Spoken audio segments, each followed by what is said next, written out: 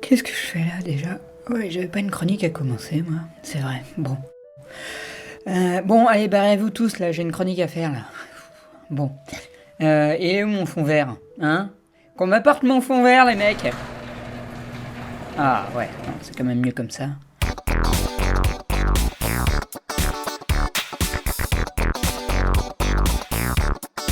Cette semaine, nous allons parler du phénomène des furries. Ouais, Mad Dog, là, c'est bien gentil, mais les furries, c'est pas vraiment des mêmes, hein. Ouais, enfin, c'est la chronique facile, hein, c'est pas forcément sur les mêmes. Hein. Ouais, mais t'es pas vraiment un furries, hein, c'est pas parce que t'as de la laine sur toi que bon, voilà. Bah non, je suis une marionnette. Ah bon, ok.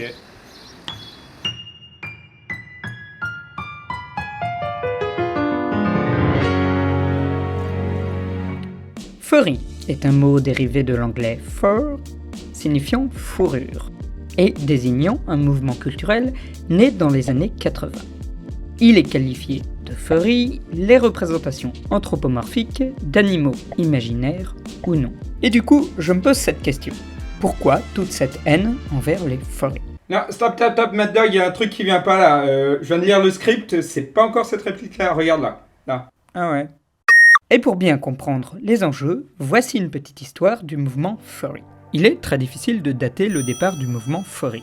Certains situent sa naissance à l'année 1980 avec la sortie du comic book Albedo Anthropomorphic, mettant pour la première fois en scène des personnages sous forme d'animaux dans un récit pour adultes. D'autres la situent à l'année 1984 avec la sortie du magazine Roar Brazle, totalement dédié à ce genre d'animaux. D'autres la situent à l'année 1973, date de la sortie du Robin des Bois de Disney, ou à 1966, celle du roi Léo d'Osamu Tezuka.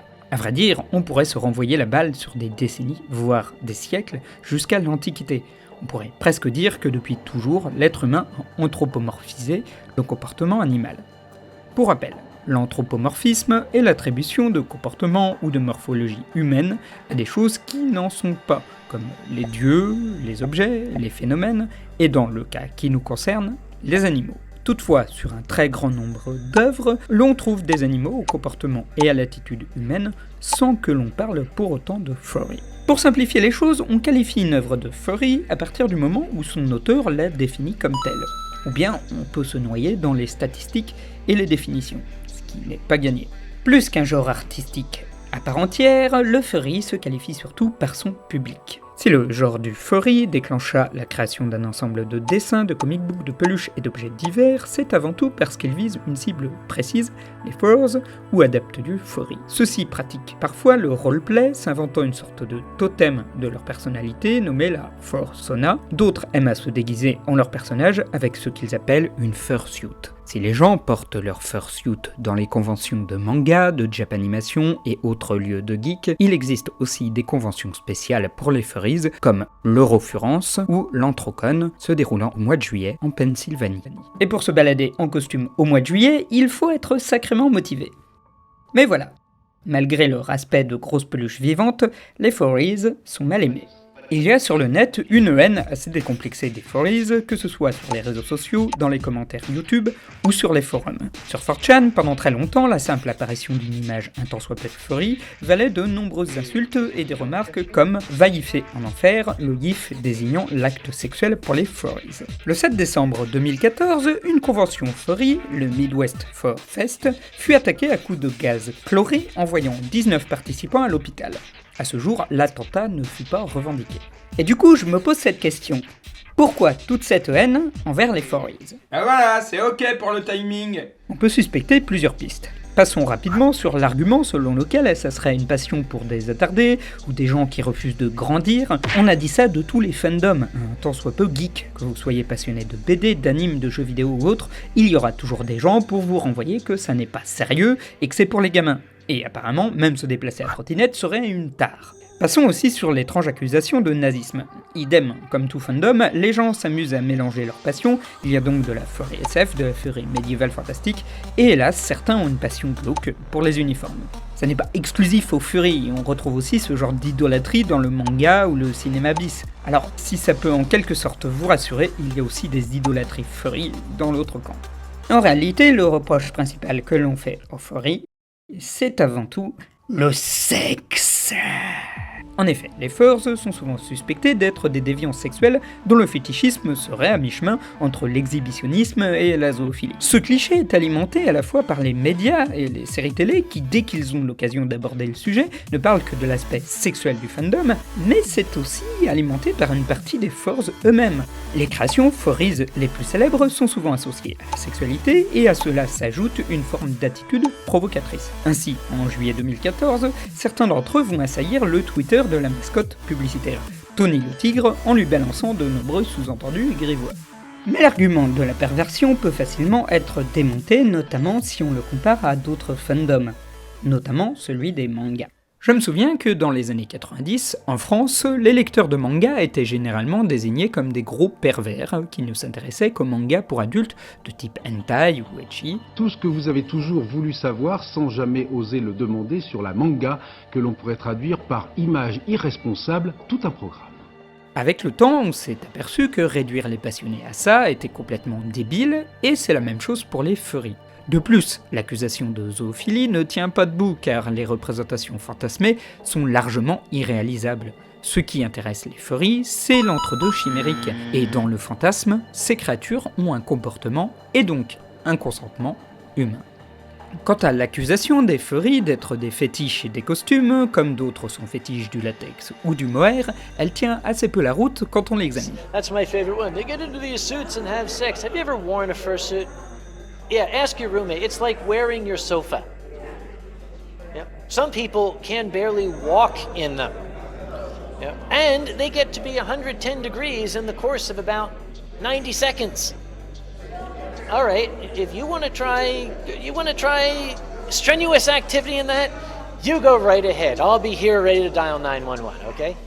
Après, il est vrai qu'une partie de la communauté aime provoquer. Le harcèlement de Tony le Tigre était au fond assez hilarant, et il s'agissait au fond de troller un community manager incompétent. Lorsque le mouvement s'attaqua à d'autres marques et mascottes, celles-ci le prirent à la blague et jouèrent le jeu avec eux. Pourtant, la détestation des furries atteint un niveau assez haut, au point qu'il y a même des grilles de compatibilité et d'incompatibilité avec l'univers. Et c'est assez dommage que sur internet, un lieu où de nombreuses communautés de passionnés ont trouvé le refuge qu'ils n'avaient pas dans la vie réelle, l'on retrouve des communautés considérées comme des parias. Comme l'a dit un philosophe célèbre, les apparences et les préférences ont trop d'importance. Acceptons nos différences. Non, ça c'est le générique d'Arnold et Willy en fait. Et merde!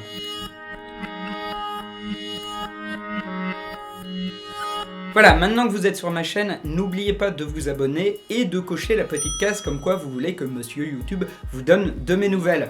Voilà, pour ceux qui veulent en savoir plus, il y a une page Facebook qui s'appelle Lamentable Mad Dog et il y a mon compte Twitter, tout ça est dans la description, ainsi que mon Tipeee.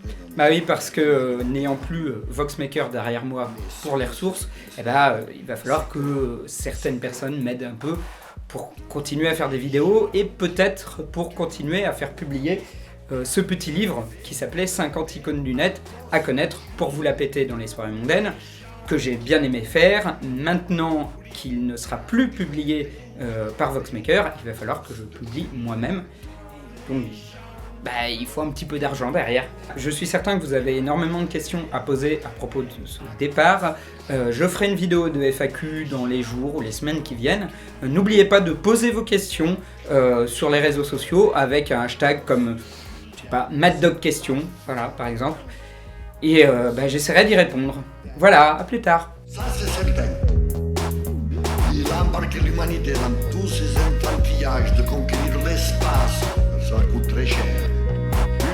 Et si tout cet argent, au lieu d'aller à la Lune, on l'utilisait pour des phénomènes grandioses que jamais vu. Prochainement sur cette chaîne, ça. Ouais, parce que j'ai quand même fait des films quand même assez sympas. Je sais pas si tu connais. J'ai perdu le nom. Enfin bref, super truc. En fait, il y a quasiment que des réalisateurs confirmés qui peuvent y aller. Et puis ça aussi. De 700 à 1000 mètres, nous croisons des hameaux déserts, remplis d'éléments hétéroclites, comme si les habitants avaient prié les derniers dieux disponibles avant d'évacuer les lieux. Et puis ça. T'as les bras tout gonflés, la seringue peut même plus passer, bien fait pour taper ta sale gueule, ça Allez, boogie. Et puis peut-être ça aussi. Et puis ça. Et puis bon, déjà que pour draguer quand on est en fauteuil, c'était pas qu'autant avant, mais maintenant, tu peux plus draguer que des invalides. Ah et puis merde, j'ai pas envie de baiser de la myopathe, hein. Y a pas écrit 1000 oui ici. Et ça tourne pas. Si, ça tournait. Abonnez-vous.